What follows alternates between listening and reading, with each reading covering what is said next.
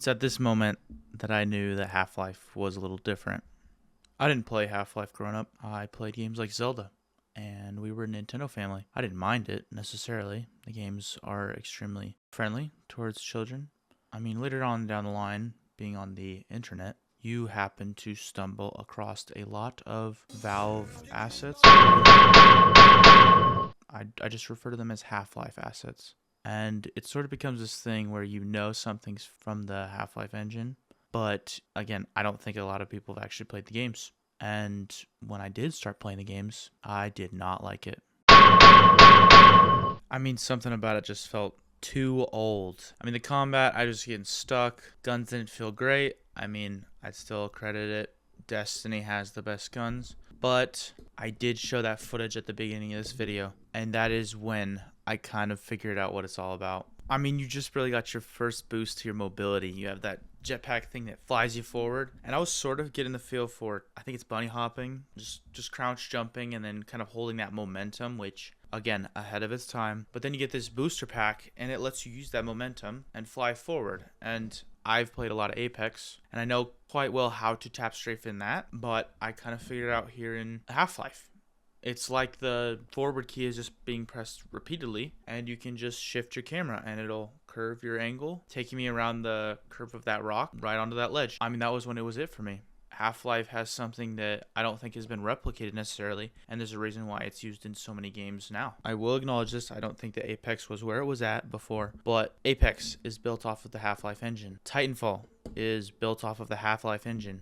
I know those are two of, I guess, games in the same world, but they take this engine that's been created with these fantastic and I'd say fun gravity mechanics, and then they continue to build off of it because it works well. I mean, it translates great for shooters. It allows for this learning curve that becomes expansive, that allows you to find exploits and then use those in combat to just boost your mobility, have a more of a sandbox approach simply to movement. I mean, Halo Infinite had to do it through items and Halo 3 had to, but Half-Life and in turn Apex and Titanfall, you just have this movement system that can be evolved and grown and exploited constantly in a way that is fun and entertaining.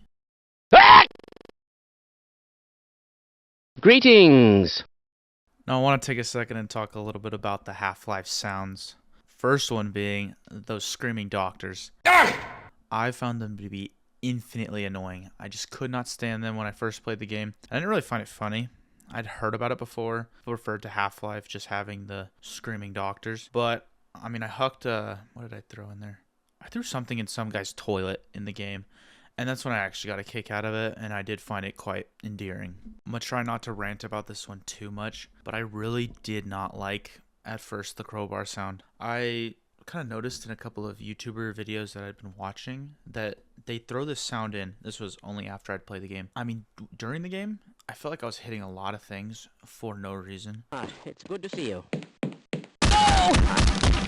And just the speed at which the sound comes out and the pitch and everything about it, it's iconic, don't get me wrong. I could not stand it. And I remember when I was playing the game originally, I was down in Brazil, and I was in this, they call them LAN houses there, and there was this guy smoking right into this kind of cramped building, just this almost like a closet. We had a closet, there was 3 computers in there.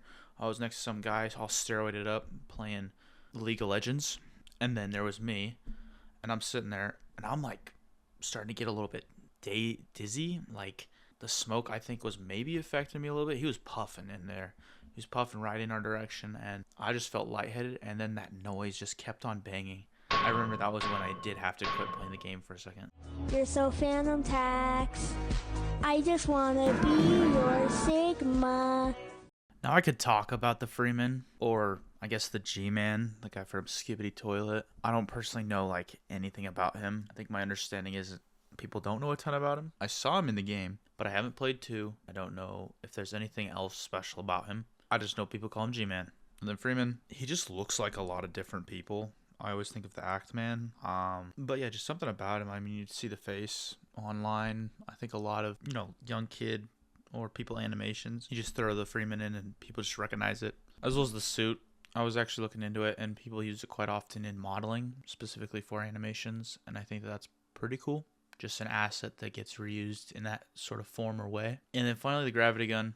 People are pretty hyped about that one. Haven't used it yet. Haven't played Half-Life 2, but I do remember the crossbow being pretty. I mean, it must have been memorable if I had remembered it at one point, but when the crossbow came around, I thought it was fantastic. Oh, and shout out to Rocket Launcher. I'm sorry, but the way that that thing is set up with the laser tracking function, I actually think it's brilliant and too much fun. I just remember dinking around with it too much when I first picked it up in the game.